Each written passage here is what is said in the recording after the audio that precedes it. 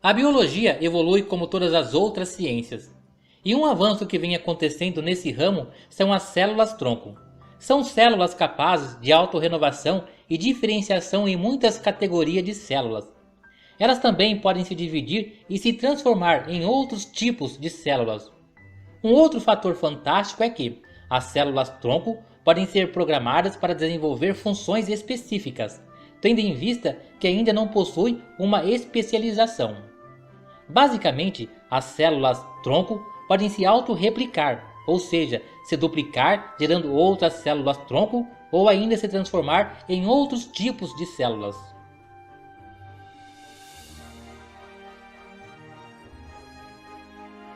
Podemos dizer que existem três principais tipos de células-tronco: as embrionárias e as adultas.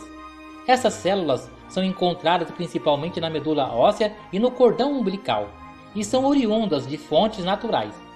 Temos ainda as pluripotentes induzidas, que foram obtidas por cientistas em laboratório em 2007. As células-troncos embrionárias, também conhecidas como pluripotentes não induzidas ou embrionárias, são assim chamadas por possuir a capacidade de se transformar em qualquer tipo de células adultas de um organismo vivo. Elas são encontradas no embrião apenas quando este se encontra no estágio de blastocisto, de 4 a 5 dias após a fecundação. Nessa fase da gestação, a região circulada em azul é chamada de massa circular interna, e é esta massa de células que chamamos de célula-tronco embrionárias. Em uma fase posterior ao embrião de 5 dias, ele já apresenta estruturas mais complexas, como coração e sistema nervoso em desenvolvimento. Ou seja, as suas células já se especializaram e não podem mais ser consideradas como células-tronco. O corpo humano possui aproximadamente 216 tipos diferentes de células, e as células-tronco embrionárias podem se transformar em qualquer uma delas. Reparem nesse último quadro, o qual exemplifica as possibilidades oferecidas pelas células-tronco.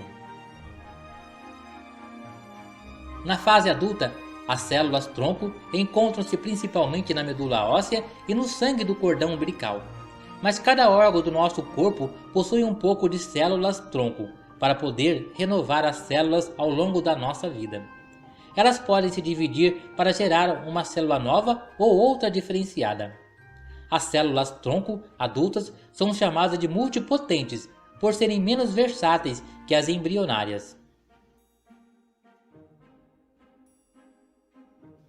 As primeiras células-tronco humanas induzidas foram produzidas em 2007, a partir da pele, e tem sido daí que são retiradas as células para reprogramação.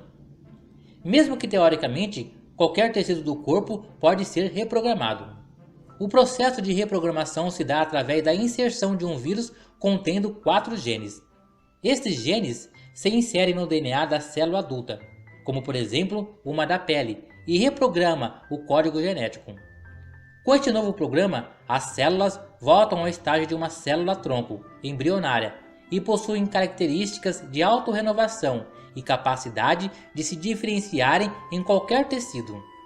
Essas células são chamadas de células-tronco de pluripotência induzida. As pesquisas com as células-tronco é fundamental para entender melhor o funcionamento e crescimento dos organismos e como os tecidos do nosso corpo se mantêm ao longo da vida adulta.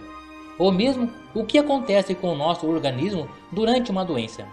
As células-tronco fornecem aos pesquisadores ferramentas para modelar doenças, testar medicamentos e desenvolver terapias que produzam resultados efetivos. A terapia celular é a troca de células doentes por células novas e saudáveis. Este é um dos possíveis usos para as células-tronco no combate a doenças. Em teoria, qualquer doença em que houver degeneração de tecido do nosso corpo poderia se tratar através da terapia celular com células-tronco. Mesmo com os resultados de testes sendo positivos, ou pelo menos promissores, as pesquisas de células-tronco e suas aplicações para tratar doenças ainda estão em estágio inicial. É preciso utilizar métodos rigorosos de pesquisas e testes para garantir a segurança e eficácia a longo prazo.